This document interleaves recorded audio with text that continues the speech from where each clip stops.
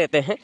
तो क्या होता है कि हमने आपको पहले ही एक सजेशन दिया था कि गेहूं जब फरवरी के लास्ट एंड या मार्च में, जब हमारी गर्म हवा चलने लग जाती है मार्च के महीने में, तो उस समय दाना आपका जो ऊपर के जो दाने खाली रह जाते थे, हाँ ऊपर के दाने तो मुख्य रूप से आप मान ही लो, तो जो झर्री रह जाते थे वो अगर आप जल्दी बुआई कर देते हैं 20 अक्टूबर से तो 30 अक्टूबर के बीच में, है ना, तो बुआई कर देते हैं तो ये आपका दाना पूरी बाली कंप्लीट हो जाएगी।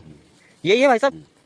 तो हमारे किसान भाई से भी बात करेंगे, जैसे कि एक ये खेत में और देखते हैं हम 1 नवंबर की बुआई की थी, तो 1 नवंबर में आपको ये समस्या देखने को मिलेगी, क्योंकि फरवरी के लास्ट आखिरी जो सप्ताह रहता है उसमें हवाएं चलने लग जाती है, ठीक, तो उसके कारण जो आपकी जो आड़े पड़ने की समस्या है यह हो जाता था, है ना, पानी की कमी है तो कम पानी में भी उत्तरी पैदा हो जाए। पर आपको किसान भाइयों ये ध्यान रखना है कि जैसे ये हमने वैरायटी कौन सी अपनी दादा, ये 322 है, तो इनकी उम्र कहीं है, अब जोड़ लो, इनकी उम्र है लगभग 120 दिन। 4 महीने में पक्के आपकी तैयार हो जाएगी। अगर आप उसे जितना भी आगे खींचना चाहें गेहूं की फसल को 4 माह में के बाद अगर आप काटना चाहें तो कभी भी वहीं जैसे 322 की बात करें तो 85 दाने तक लगभग रहते हैं। वहीं अगर छोटी जो कल्ले वाली बाली है उसमें 55 दाने मिनिमम रहते हैं। लेकिन इनका यही है कि थोड़ा दाने में चमक कम रहती है, पर मिल क्वालिटी में आपका गेहूँ बिकेगा। तो ये 120 दिन की फसल है।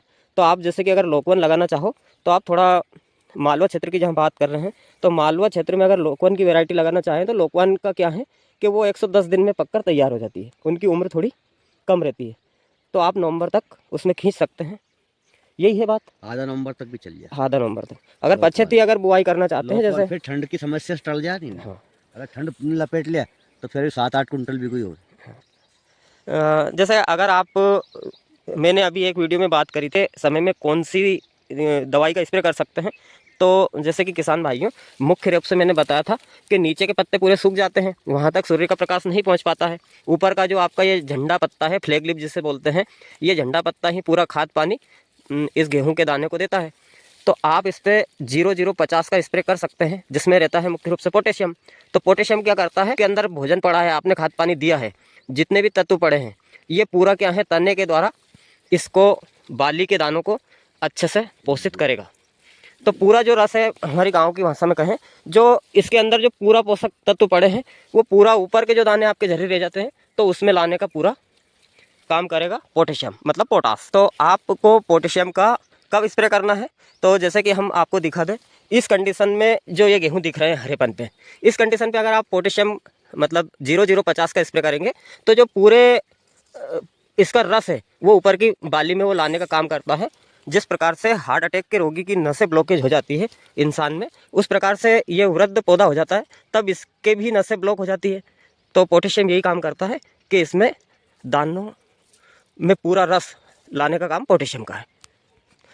और वहीं बात करते हैं जैसे कि मौसम बार बार परिवर्तित होता है, हवाएं चलती है, धूप आती है, गर्मी आती है, तो ये पौधे को पोटेशियम स्ट्रेस मतलब तनाव से, टेंशन से मुक्त करने का काम करता है। एमओपी कैपिलरी एक नई बनाता है, कैपिलरी को बंद नहीं होने देता है, और जो खाद पड़ा है, भोजन पड़े हैं, जड़ों में भी पड़े हैं, तो उन्हें पूरा दानों में लाएगा।